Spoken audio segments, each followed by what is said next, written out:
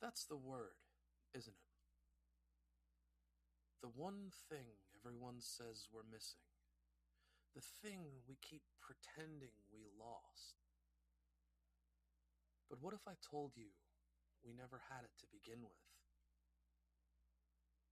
You don't lose something that was never structurally possible.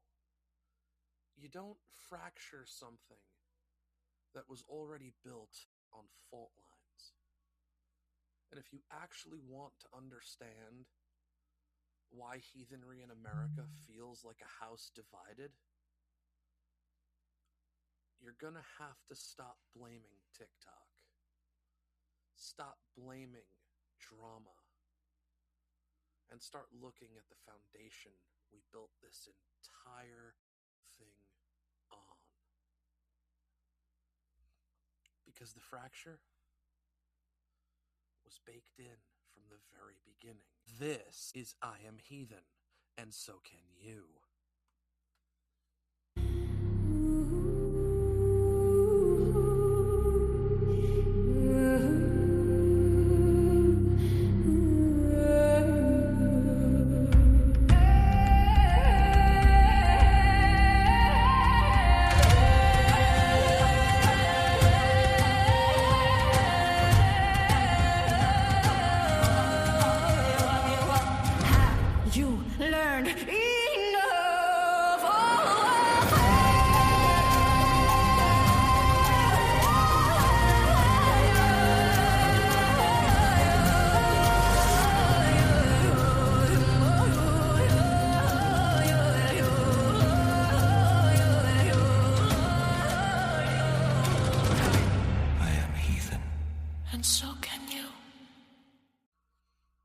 Greetings, my friends, and welcome back to another episode of I Am Heathen, and so can you.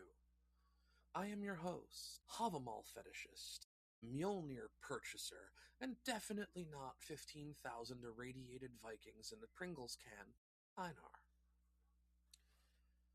Today's episode is, yet again, spawned from the pit of the feculent warthog anus that is TikTok. And while I know that might be a rather gross descriptor for certain people who do not know what I'm talking about, for those of you who have been exposed to the idiocy that is pagan spaces on TikTok, you'll know exactly where I'm coming from. I asked a question on TikTok, which is already like holding a seance in a food court. What's the biggest problem facing heathenry today? And the answer came back in a chorus so unified, it was almost poetic. A lack of unity. Of course. We're a religion that romanticizes shield walls and oath rings, and we can't organize a regional moot without 3 splinter groups and one guy declaring himself High Gothi of the living room. But here's the uncomfortable truth. Unity isn't something we misplaced. Unity was never structurally possible under the foundations we choose to ignore. If you want to understand the fracture, you gotta go back. Not to TikTok, not to Etsy, but the ideological scaffolding of American heathenry itself. In 1964, Elsie Christensen was already weaving Norse symbolism into a racial identity framework. Not a folklore revival, identity architecture. Then the Asatru Free Assembly formed, fractured, and from that rose the Asatru Folk Assembly under Stephen McNallen. And this is where the philosophical sleight of hand becomes critical.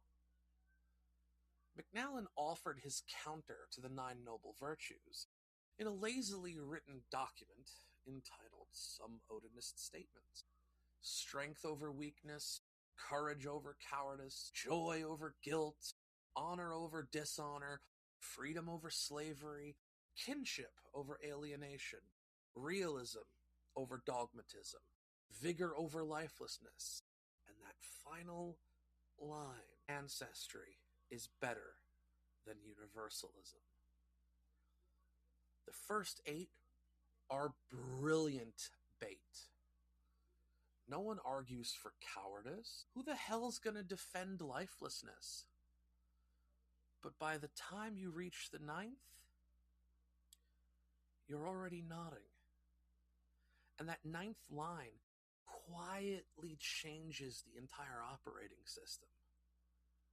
Because once ancestry outranks universalism, you've shifted the religion from conduct to category, from behavior to blood, from what you do to what you are.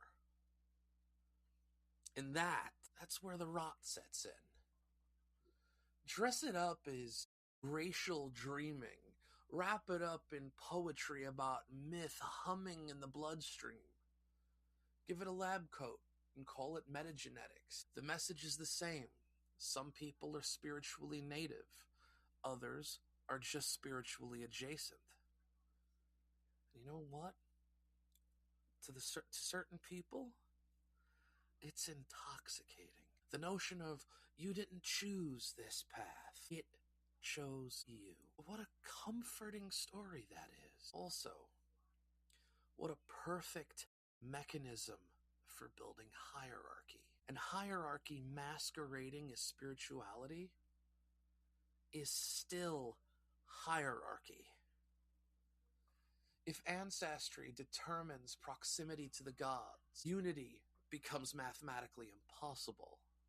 Because even if you open the door, you've already decided who stands close to the fire. Now, here's the part nobody likes to admit. Groups build around boundaries, organize well. They buy land, they build Hof structures, they maintain visible presence. Infrastructure creates cohesion, whether you agree with the ideology or not. Meanwhile, inclusive heathenry floats around online arguing about aesthetics and wondering why it feels fragmented. And I'm going to keep this funky. You can't defeat infrastructure with vibes. You can't defeat infrastructure with 10 pounds of selenite sitting on your altar. You can't hashtag your way into unity. And then, because apparently we weren't fractured enough, we handed leadership to the algorithm. Enter the ring light priesthood. When you build accountable, rooted leadership, leadership becomes whoever can stare into a camera with the most conviction. We've turned a tradition that treated oaths like iron into content strategy. Oaths of fealty in a comment section with heart emojis. No. That's not oath culture. That's fandom. And that is how personality cults start. Isolation, hunger for belonging, a charismatic figure offering certainty, no peer oversight, no structural accountability, and suddenly you don't have community. You have audience. In real community, leaders answer to people. In personality cults, people answer to leaders. All right, my friends, we're going to take a quick commercial break for a few words from our friends at the Common Hearth. Let's take a second. Because everything we're talking about right now, this fracture, this constant splintering, this illusion of unity we keep chasing, that's not new. It's not accidental. American Heathenry didn't just lose unity. It was built without the structural ability to sustain it. Different ideologies, different interpretations, different lines drawn in the sand that never needed to be there in the first place. And somewhere in the middle of all that noise, we forgot what a hearth is supposed to be. Not a battlefield, not a purity test, a hearth. A place where people gather, a place where differences don't have to mean division. A place where frith is built, not just talked about. That's why we built the common hearth. Not as another faction, not as another banner to divide under, but as a foundation. A place for those who are tired of continual infighting, a place for those sick to death of the status quo. People who are genuinely tired of watching community get cannibalized by ego and ideology. Tired of feeling like there's no room to just exist in this path without picking a side in someone else's war.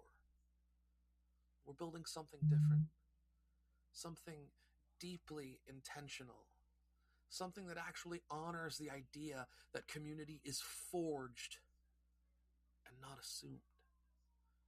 If that resonates with you, if you've ever looked at heathenry and thought, there has to be a better way to do this, come find us. Check us out at The Common Hearth on Facebook. Find us on TikTok. Join the conversation. Be part of building something that actually lasts. And, and while you're at it, if this episode's hitting home for you, make sure you're following I Am Heathen on your favorite podcast platforms. Leave a like, leave a review, share it with somebody who needs to hear it. Because if we're going to build something better, it starts with conversations just like this one. Criticism becomes drama. Disagreement becomes betrayal. Personal bias seeps in unchecked. Politics get baptized as revelation. And when scandal hits, and it always does, there's no structure to absorb it. Just fallout. And we have the balls to ask why we lack unity. Unity requires shared standards, not dogma, standards. Clear inclusion policies. Anyone who claims only certain races can be heathen does not sit at the table. Anyone who harms partners or children does not sit at the table.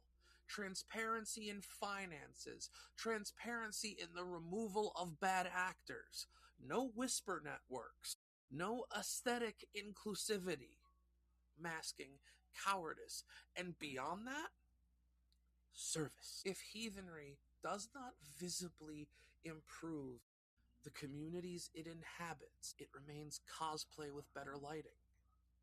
Charity drives, civic engagement, public-facing work with publicly viewable records, education that goes beyond meme theology, national gatherings in Frith, pilgrimage sites across regions, a Gothar training program built on ethics and not charisma, cooperation with European pagan organizations without romantic amnesia, programs for those leaving hate groups, prison ministry initiatives actively dismantling white supremacist ideology wherever it festers. You know what that is? You have any idea what I just described above? Work. Unglamorous, bureaucratic, heavy work. And that's where Ronnie Coleman's line lands like prophecy. Everybody want to be a bodybuilder, but don't nobody want to lift no heavy ass weight. Every pagan wants community. Not everybody wants to build it. Making people feel welcome's easy. Making them feel wanted, protected, valued. That requires persistence, confrontation, and stamina. Yes, this faith in America was popularized in part by racist assholes. That's not an insult. It's history. But history isn't destiny unless we refuse to outgrow it. Unity won't appear because we chant about it. It won't appear because we aestheticize it. It will be built by people willing to do the unglamorous labor without applause, or it's gonna remain a slogan we repeat while standing alone. So here we are, still asking why there's no unity, still pointing fingers, still pretending this is some mystery we haven't already solved. But, unity isn't a vibe. It's not a hashtag. It's not a comment section full of fire emojis and bullshit oaths. Unity is infrastructure. Unity is standards. Unity is work. The kind nobody claps for. The kind nobody films. The kind that doesn't fit into a 60-second clip. Everybody wants community. Nobody wants to build it. So here's the question. Not for heathenry itself, but rather for you. Are you here to belong? Or are you here to build? Now, if that hits you, don't just nod and scroll. Follow this podcast. Share it with somebody who's still asking the wrong questions. And in the comments, tell me what you're actually willing to do. Not what you believe, but rather what you're willing to build. And if you've got a drink sitting by you, which you know I always do, we end our show on our usual tradition. Raise it high and repeat after me. Hail the gods, hail the folk, hail the ancestors, hail the spirits, and most importantly, hail yourselves. This has been a Blackthorn production.